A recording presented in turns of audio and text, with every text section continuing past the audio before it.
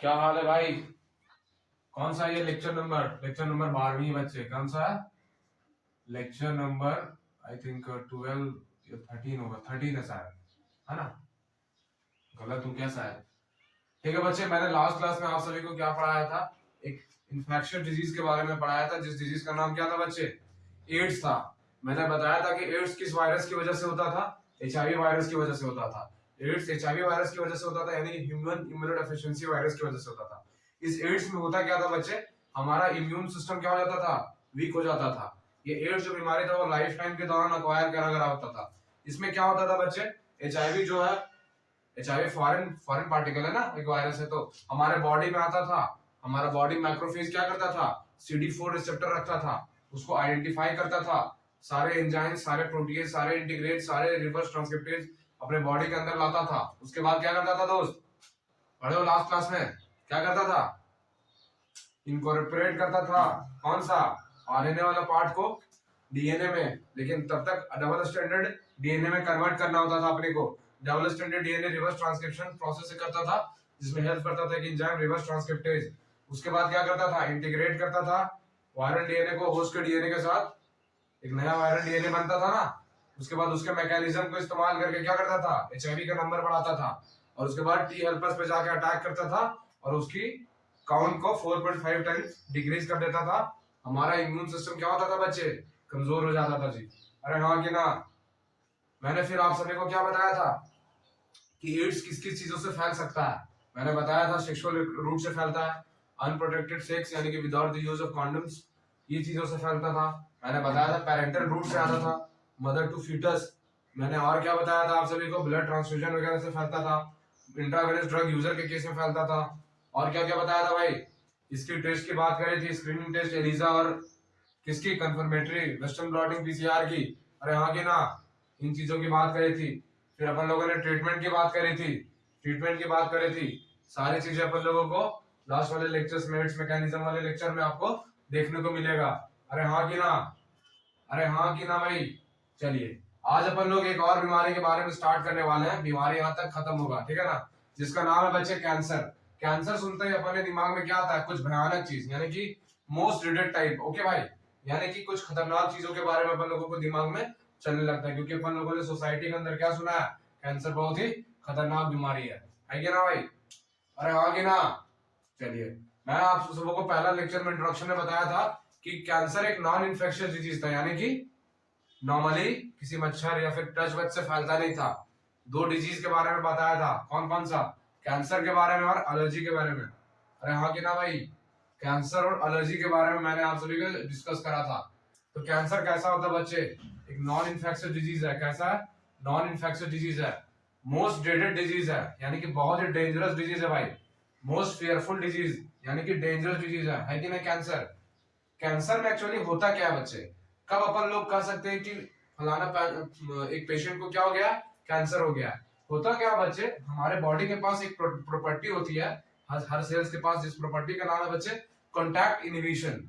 Contact inhibition, for example आपको चोट लगा, यानी कि उस वुंड को क्या करना है? उस घाव को ठीक भी करना है, ठीक करना है ना भाई? तो क्या होगा? सारे प्रोसेस वगैरह जो भी बॉडी में मेटाबॉलिक प्रोसेस है ठीक करने के लिए, वो स्टार्ट होंगे। अब वुंड कौन करेगा? प्रोटीन का रिक्वायरमेंट होता है वुंड को भरने में, घाव को भरने में, है कि नहीं? अब मान के चलो एक लिमिट तक ये घाव भरेगा ना, ऐसा नहीं कि भरता जा रहा, पता चला वहां गांठ बन गया। क्या हो गया? गांठ बन गया, है कि नहीं? यानी कि जो सेल डिवीजन है वो क्या होगी? जीन रेगुलेटेड होगी, यानी कि कंट्रोल्ड मैनर के फॉर्म में होगी, है कि नहीं? नॉर्मली यही होता है हमारे बॉडी में, नॉर्मली हमारे बॉडी के अंदर यही होता है। लेकिन कैंसर के केस में क्या होता है ना बच्चे? ये प्रॉपर्टी जो कॉन्टैक्ट इनहिबिशन की प्रॉपर्टी हमारे बॉडी के अंदर, कॉन्टैक्ट इनहिबिशन, मैं बता रहा हूं बहुत इंपॉर्टेंट लाइन है। कॉन्टैक्ट इनहिबिशन की प्रॉपर्टी क्या होती है?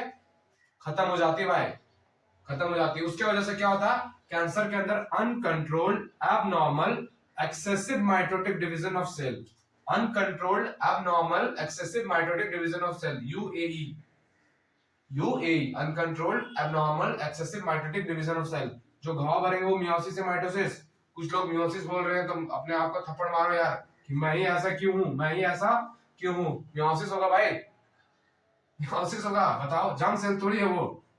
नॉर्मल सेल्स है ना, तो माइटोटिक डिवीजन होगा, क्या होगा भाई, माइटोसिस होगा। मैंने बताया था कहां मियोसिस और कहां माइटोसिस होता है कि ना भाई।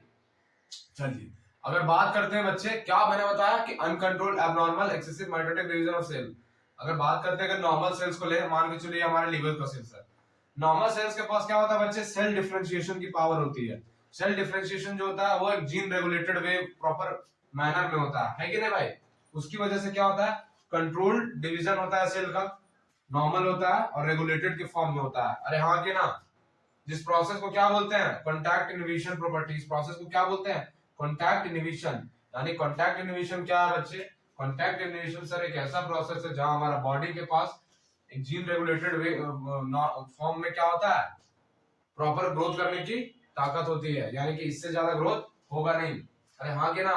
Contact inhibition is the property of the cell in which what there is a limit growth of यानी वुंड्स, या फिर कहीं भी कुछ कर सकते हैं। अरे हाँ कि ना, समझ में आया आप सभी को। तो क्या होता है, ये जीन रेगुलेटेड होता है। अगर कोई नॉर्मल सेल्स किसमें कन्वर्ट हो गया, कैंसरस सेल में, किसमें, कैंसरस सेल में, तो उसमें सेल डिवीजन सेल डिफरेंशिएशन कैसा हो जाएगा, जीन रेगुलेटेड या जीन म्यूटेटेड। म्यूटेशन हो गई ना बच्चे, तो जीन म्यूटेटेड हो जाएगा, जीन म्यूटेशन हो जाएगा। और क्या फॉर्मेशन हो जाएगा, एक्सेसिव माइटोटिक डिवीजन होगा, ज्यादा सेल का फॉर्मेशन हो जाएगा, तो उसकी वजह से क्या हो जाएगा, गांठें बन जाएंगी। गांठें बन जाएगी, उसी को क्या बोलेंगे अपन लोग बायोकेटम में, ट्यूमर बोलेंगे भाई। अरे हाँ कि ना, अरे ट्यूमर बोलेंगे। समझ आया आप सभी को। अनकंट्रोल्ड, एबनॉर्मल, अनरेगुलेटेड और अनडिफरेंशिएटेड होगा। अनकंट्रोल्ड आप सभी समझ रहे हो, एबनॉर्मल अलग अलग साइज का फॉर्म हो जाएगा, अनरेगुलेटेड जीन से रेगुलेटेड होगा नहीं, और अनडिफरेंशिएटेड प्रॉपर सेल का डिफरेंशिएशन नहीं होगा। अरे हाँ कि ना, समझ में आया। और इसके पास कॉन्टैक्ट इनहिबिशन की प्रॉपर्टी कैंसरस सेल के पास लूज हो जाएगी। कॉन्टैक्ट इनहिबिशन की प्रॉपर्टी कैंसरस सेल के पास लूज हो जाएगी। अरे हाँ कि ना। अब आगे अपन लोग पढ़ने वाले हैं ट्यूमर्स के बारे में। क्या पढ़ेंगे भाई, ट्यूमर्स के बारे में। ट्यूमर्स क्या होता है, uncontrolled abnormal excessive mitotic division of cell है। ट्यूमर्स भी दो तरीके के होते हैं बच्चे। पहला जो होता है वो होता है बेनाइन ट्यूमर। कौन सा होता है बच्चे, बेनाइन ट्यूमर। और दूसरा जो होता है बच्चे वो होता है मैलिग्नेंट ट्यूमर। कौन सा, मैलिग्नेंट ट्यूमर। सर नाम बड़ा खतरनाक खतरनाक है कि नहीं। बेनाइन ट्यूमर नॉर्मल ट्यूमर होता है बच्चे, जो नॉर्मल गांठें वगैरह होती है। जबकि मैलिग्नेंट ट्यूमर कैसा होता है बच्चे, कैंसरस होता है। कैसा, कैंसरस होता है, कैंसरस होता है। अरे हाँ कि ना। इसके बारे में अपन लोग एक एक करके डिस्कस करेंगे कि बेनाइन ट्यूमर में क्या क्या पॉइंट्स है, और आगे मैलिग्नेंट ट्यूमर में क्या क्या पॉइंट्स और किस किस पॉइंट इंपॉर्टेंट है, कौन कौन से सवाल बनते हैं। ये कॉन्टैक्ट इनहिबिशन वाले पार्ट से सवाल बनता है। अरे हाँ कि ना, समझ आया। अरे हाँ ना, कुछ तो बोल। ठीक है, आगे बढ़े अपन। चलिए आगे बढ़ते हैं। ठीक है बच्चे, अपन लोग डिस्कस करेंगे कि कैंसर। सर कैंसर तो समझ में आ गया। कैंसर क्या होता है sir, uncontrolled abnormal excessive mitotic division of cell होता है। इसमें क्या होता है बेटे, कॉन्टैक्ट इनहिबिशन की प्रॉपर्टी लूज हो जाती है। क्या हो जाती है, कॉन्टैक्ट इनहिबिशन की प्रॉपर्टी सर लूज हो जाती है। अरे हाँ कि ना, अरे हाँ कि ना, समझ आया। तो कैंसर बेटे दो तरह से होता है, एक नॉर्मल गार्ड होता है, एक होता है कैंसरस गार्ड। नॉर्मल गार्ड को क्या बोलते हैं अपन लोग, बेनाइन ट्यूमर बोलते हैं। इंग्लिश में क्या बोलते हैं, बेनाइन ट्यूमर बोलते हैं। आप कैंसरस को क्या बोलते हैं बच्चे, मैलिग्नेंट बोलते हैं। क्या बोलते हैं बच्चे, कैंसरस को क्या बोलते हैं, मैलिग्नेंट। कैंसरस को क्या बोलेंगे भाई, मैलिग्नेंट ट्यूमर बोलेंगे। अरे हाँ कि ना। बेनाइन ट्यूमर कौन सा हो गया, नॉर्मल ट्यूमर हो गया सर। अरे हाँ कि ना भाई। हाँ चलिए, अगर लोग पहले पॉइंट की बात करेंगे बेनाइन और बेनाइन ट्यूमर की, और तो क्या होता है, बेनाइन ट्यूमर बच्चे कैप्सुलेटेड होता है। मान के चलो यहाँ पे मेरे को चोट लगी, कहाँ, यहाँ पे मेरे को चोट लग गई। अरे हाँ कि ना, मान के चलो मेरे को यहाँ पे चोट लगी। अब वुंड यहाँ पे आ गया, यानी कि वुंड को भरना, यानी कि सेल डिवीजन की प्रोसेस स्टार्ट होगी, यानी कि यहाँ पे क्या होगी, माइटोसिस प्रोसेस स्टार्ट होगी। अरे हाँ कि ना, ध्यान इधर बोर्ड की तरफ। ओके, तो क्या होगा, धीरे धीरे मेरा वुंड हील होना स्टार्ट होगा, यानी कि ठीक होना स्टार्ट होगा। वुंड क्या होगा, मेरा ठीक होना स्टार्ट होगा। उसके बाद एक प्रॉपर टाइम के बाद क्या होगा, वो रुक जाना चाहिए। लेकिन कैंसर के केस में क्या होगा, ये वुंड बढ़ते जाए, ये जो घाव है वो भरते जाएगा। उसकी वजह से क्या होगा, एक्स्ट्रा सेल का फॉर्मेशन हो जाएगा। बट कैप्सुलेटेड में तो क्या होता है ना बच्चे, एक लेयर की कैप्सूल की लेयर की फॉर्मेशन हो जाएगी, उससे आगे फिर फॉर्मेशन नहीं होगा, उसके आगे फॉर्मेशन नहीं होगा। तो बेनाइन ट्यूमर कैसा होगा, कैप्सुलेटेड होगा, और मैलिग्नेंट अनकैप्सुलेटेड होता है बच्चे, अनकैप्सुलेटेड होता है। बेनाइन ट्यूमर की बात करेंगे, जो नॉर्मल गार्ड होती है बॉडी में, बहुत सारे पार्ट में, कभी कभी पीठ के पार्ट या पेट के पार्ट या फिर ये सब पार्ट में क्या होता है, कभी हाथ वगैरह में छोटा छोटा गांठ बन जाता है। तो आप लोगों को घबराने की जरूरत नहीं है, हर गांठ कैंसरस नहीं होता है। All tumors are not cancerous, but all malignant tumors are cancerous। अगर मैं एक सेंटेंस बोलूं, क्या हर ट्यूमर कैंसरस है? या तो ये गलत है भाई। हाँ, हर मैलिग्नेंट ट्यूमर कैंसरस है। वाइस वर्सा उसका ये वाला लाइन जो है, ऑल ट्यूमर्स आर कैंसरस, ये गलत है। और क्या है सही? All malignant tumours are cancerous. अरे हाँ कि ना? चलिए ठीक है। अरे हाँ कि ना? समझ में आया? अगर एक लाइन बोलता हूं मैं, ऑल ट्यूमर्स आर कैंसरस, ये सही है? गलत है। But all cancerous cells are tumours, बिल्कुल सही है। कैंसरस टर्म यूज ही करते हैं कैंसर, जो गांठ में कैंसर हो गई है। अरे हाँ कि ना? ठीक है। अगर बेनाइन ट्यूमर की बात करेंगे तो इसकी ग्रोथ क्या होगी बच्चे? स्लो होती है और एक एरिया तक कन्फाइंड होती है, यानी कि एक एरिया पे क्या होगी? लिमिटेड होगी। अरे हाँ कि ना भाई? समझ में आया? यानी कि कन्फाइंड होगी एक पोजीशन, फिक्स पोजीशन की ओर। अरे हाँ कि ना? समझ में आया? बेनाइन ट्यूमर क्या होगी? कन्फाइंड होगी एक फिक्स पोजीशन की ओर। अरे हाँ कि ना? इन्वेजिनस एब्सेंट होता है बच्चे। ये अब कौन सा टर्म है सर? इन्वेजिनस का मतलब होता है formation, capability to form blood vessels. क्या? Capability to form blood vessels, यानी कि ब्लड वेसल्स बनाने की पावर को, प्रोसेस को क्या बोलते हैं? इन्वेजिनस बोलते हैं। बेनाइन ट्यूमर की ओर में क्या होगा? इन्वेजिनस एब्सेंट होगा। सर क्यों होगा एब्सेंट? अरे भाई नॉर्मल ट्यूमर है, कैंसरस नहीं है, तो ब्लड वेसल्स का क्या जरूरत पड़ेगा? ब्लड वेसल्स किसमें बनता है जाके? कौन से कैंसर्स में? मैलिग्नेंट ट्यूमर के केस में। क्यों बनता है सर? क्योंकि हर एक बॉडी पार्ट्स में स्प्रेड होना होता है उसको, और हर एक जगह पे जाके जितना मैक्स टू मैक्स जगह पे जा पाए और कैंसर कर पाए, इस वजह से मैलिग्नेंट ट्यूमर में इन्वेजिनस प्रेजेंट होता है। लेकिन बेनाइन ट्यूमर के अंदर इन्वेजिनस क्या होगा? एब्सेंट। एक मेटास्टैसिस जो है यानी कि ब्लड के साथ फ्लो करके अलग अलग पार्ट में चला जाता है, उस प्रोसेस को बोलते हैं क्या? मेटास्टैसिस बोलते हैं। मेटास्टैसिस भी यहाँ पे क्या होगा? एब्सेंट होगा। यानी कि एक तरह से क्या है? नॉन कैंसरस है, नॉर्मल ट्यूमर है, यानी कि कैंसर टर्म अपन लोग इस्तेमाल नहीं करेंगे, है कि नहीं? अरे हाँ कि ना? हाँ कि ना? ये जो एंजियोजेनेसिस है बच्चे, मैं थोड़ा उल्टा बोल दिया इसमें। एंजियोजेनेसिस होता है capability to form blood vessels. Okay बच्चे? इन्वेजिनस का मतलब होता है इन्वेड करना। इन्वेजिनस का मतलब होता है इन्वेड करना, उसमें धंसना। वो क्या होगा? एब्सेंट होगा। अरे हाँ कि ना? उसी तरह मैलिग्नेंट ट्यूमर की अगर बात करेंगे तो क्या होता है बच्चे? ग्रोथ क्या होगा इस केस में? फास्ट होगा। वुंड हो गया, मान लो क्या होगा? फास्ट होगा और अनलिमिटेड होगा। फिर क्या होगा? पोजीशन चेंज होगा। पोजीशन चेंज किस वजह से होगा? मेटास्टासिस की वजह से। मेटास्टासिस की वजह से होगा क्या ना बच्चे? अगर कोई भी पर्सन को मान चलो मैलिग्नेंट ट्यूमर हो गया, कैंसरस ट्यूमर, तो वहां पे क्या होगा? अनकंट्रोल सेल डिवीजन होगा पहला। फॉर एग्जांपल यहाँ पे अनकंट्रोल सेल डिवीजन होगा। धीरे धीरे क्या होगा? एंजियोजेनेसिस होगा। एंजियोजेनेसिस का मतलब ब्लड वेसल्स का फॉर्मेशन।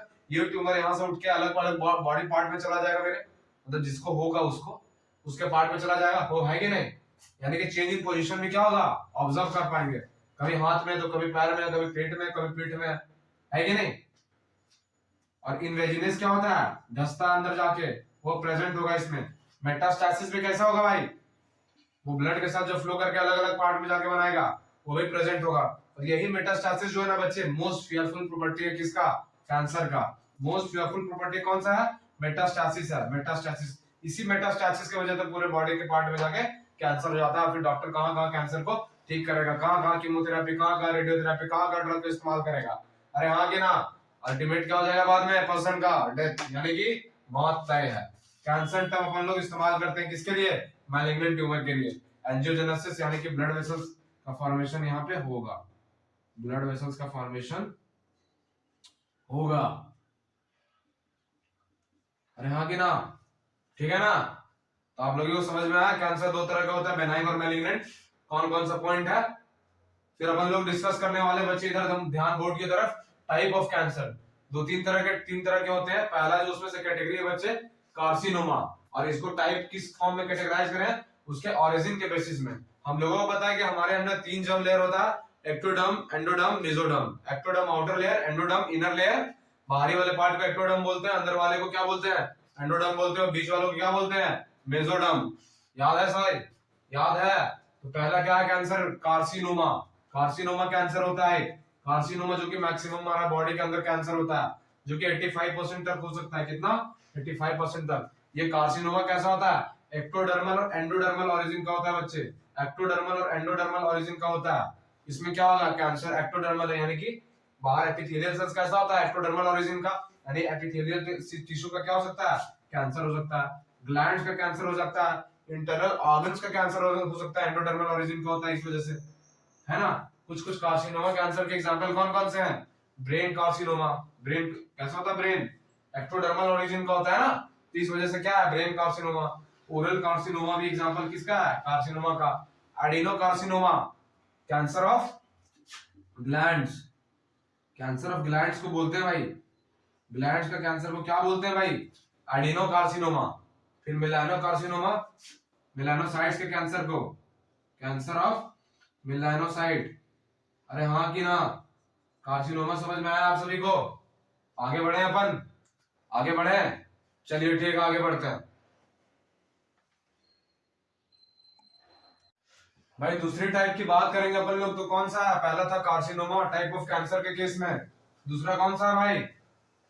अरे हाँ कि ना? सार्कोमा। क्या है सार्कोमा? जो कि कौन कैसा होता है?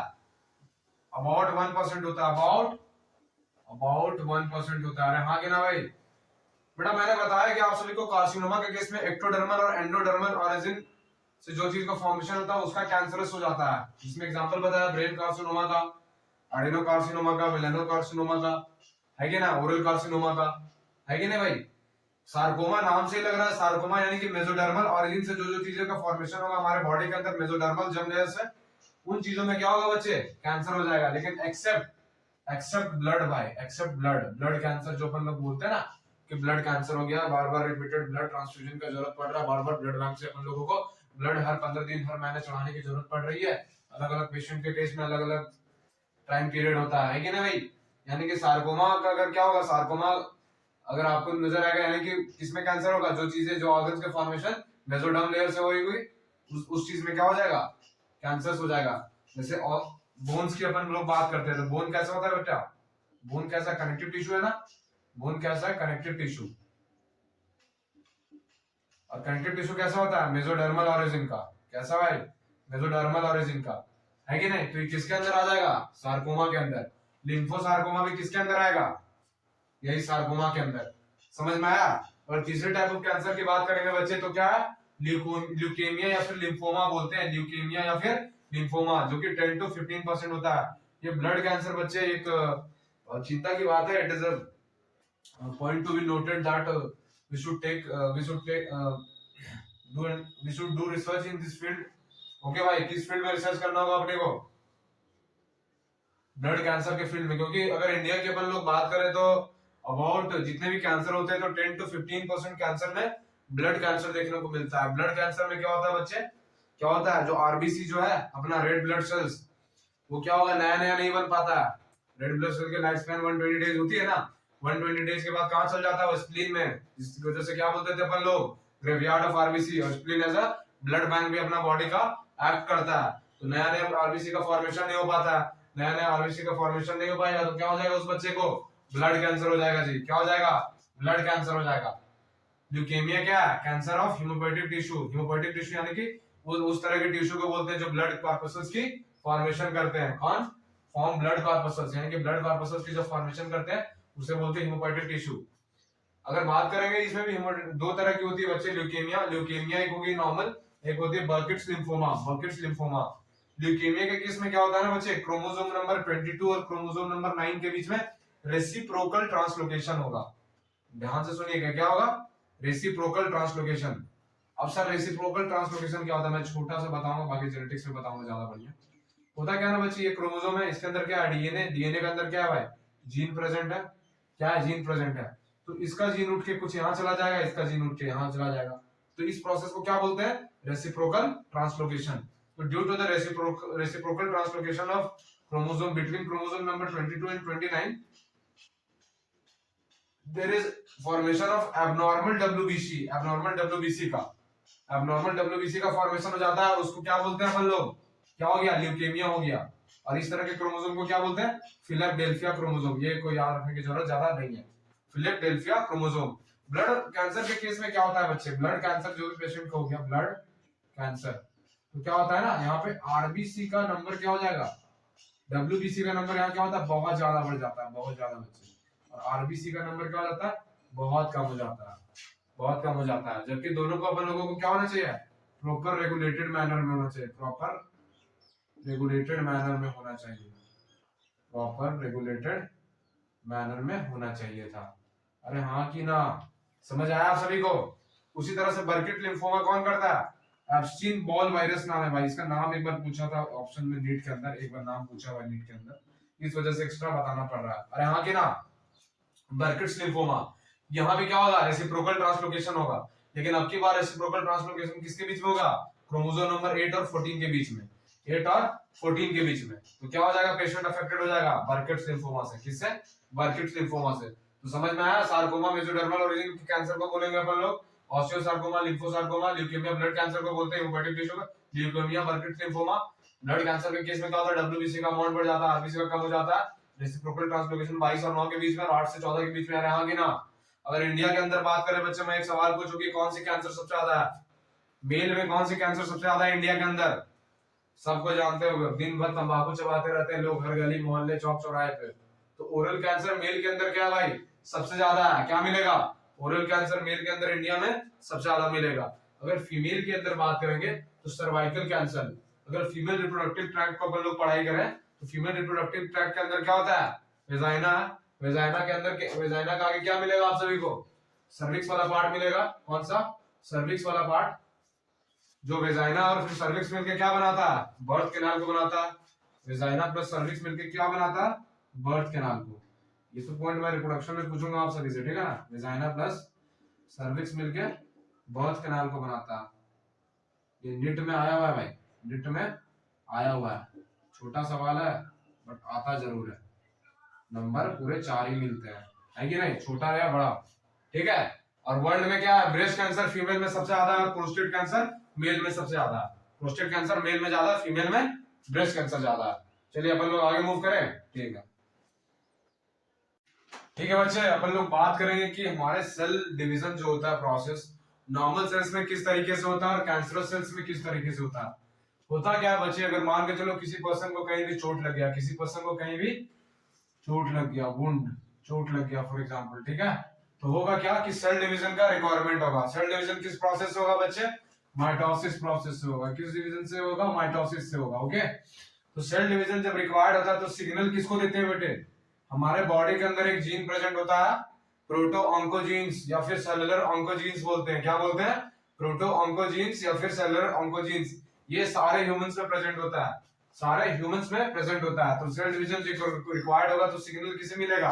प्रोटो ऑन्कोजीन्स को मिलेगा। किसे मिलेगा? प्रोटो ऑन्कोजीन्स को मिलेगा, है कि नहीं? प्रोटो ऑन्कोजीन्स क्या करेगा बच्चे? कुछ प्रोटीन का फॉर्मेशन करेगा। क्या करेगा? कुछ प्रोटीन्स का फॉर्मेशन करेगा, कुछ प्रोटीन्स का फॉर्मेशन करेगा, सीक्रेट सम प्रोटीन। उस प्रोटीन के फॉर्मेशन की वजह से क्या होगा? धीरे धीरे सेल डिवीजन का प्रोसेस क्या होगा? इनिशिएट होगा, यानी कि स्टार्ट होगा। यानी कि क्या हो जाएगा? स्टार्ट। और मान चलो सेल डिवीजन होगा तो वहां पे क्या होगा? डीएनए का फॉर्मेशन होगा। अगर मान लो चलो खुदा ना खास्ता डीएनए क्या हो गया? डैमेज हो गया, डीएनए डैमेज हो गया, तो इंफॉर्मेशन किसको दे दिया जाएगा? ट्यूमर सप्रेसर जीन को, कि भैया डीएनए डैमेज हो चुका है, अब इसकी सेल डिवीजन को क्या करो आप? रोक दो। क्या कर दो आप? रोक दो, है कि नहीं? अरे हाँ के ना? फिर क्या होगा बाद में? डीएनए, अगर डीएनए रिपेयर करेगा, डीएनए रिपेयर जीन क्या करेगा? ये डैमेज डीएनए को क्या करेगा? रिपेयर करेगा। अगर डीएनए डैमेज जो हुआ है वो रिपेयर नहीं हुआ है तो सिग्नल किसे दिया जाएगा?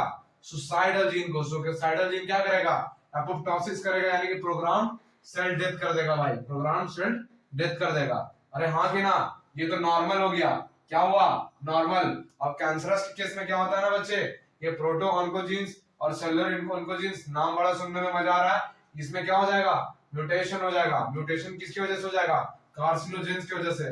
कार्सिनोजेंस कुछ भी केमिकल हो सकता है, कोई भी बायोलॉजिकल एजेंट हो सकता है, physical agent, ultraviolet, gamma rays, X rays, कुछ भी हो सकता है कि नहीं? ये प्रोटो ऑन्कोजीन्स किस में कन्वर्ट हो जाएगा?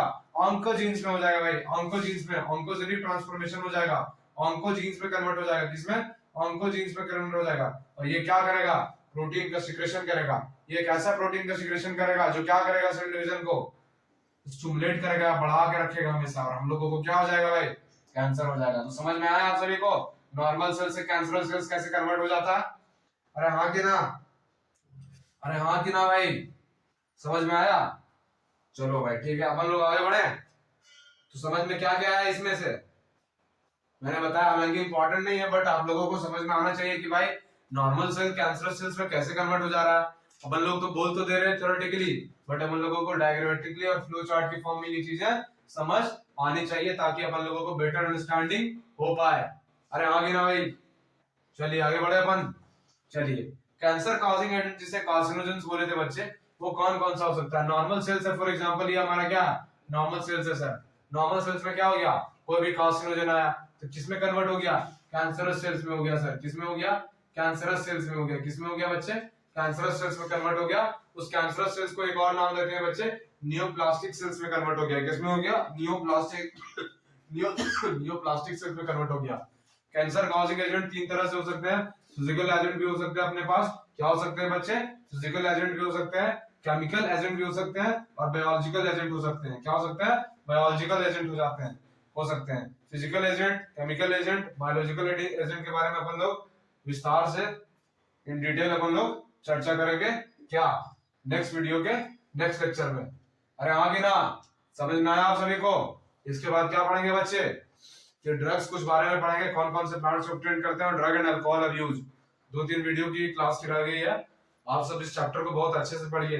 अरे हाँ कि ना, फिर क्वेश्चन वगैरह भी करवाऊंगा, पीवाईक्यूज। ओके, चलिए भाई, ठीक है ना? Okay bye.